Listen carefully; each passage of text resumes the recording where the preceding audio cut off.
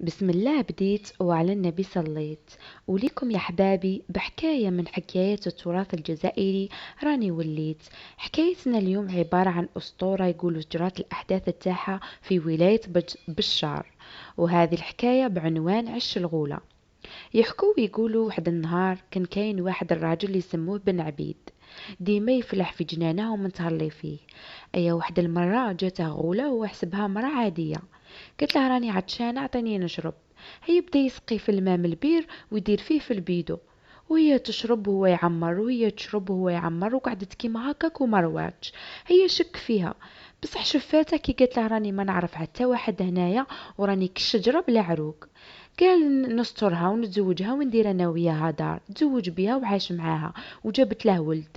وأيه وبعد كينا ولا يروح يخدم. وكانت فيه عادة من العوايد، الصباح كي يروح يبغي يصلي الصبح ويروح يخدم توكل على ربي، يخلي لها الزاد يعني الماكلة تاعها.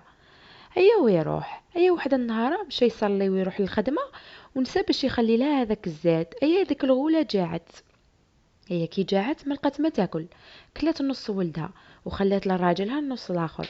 هي مين جا من كمل خدمته وجا قالها اعطيني القهوه، قلت لها راه وين حقك.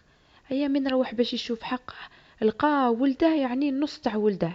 هي قالها وين راه نصه، قلت له كليته. هي فما صاي نخلع وراح خبر كاع اهل القريه فما اللي يسكنوا بداو يخطوا باش يقتلوها.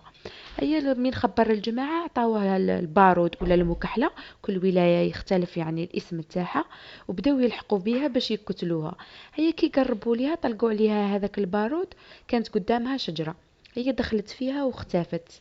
وبداو يدوروا عليها يدوروا يدوروا ما لقاوهاش، اما لا حرقوا هذيك الشجرة باش كي تخرج ما تلقاش من تخرج. ولحد الان يعني هذيك الشجرة يقولوا نبتت من جديد وشكل الشكل تاعها ولا كيما الغولة، ومن ذاك الوقت يسموها عش الغولة.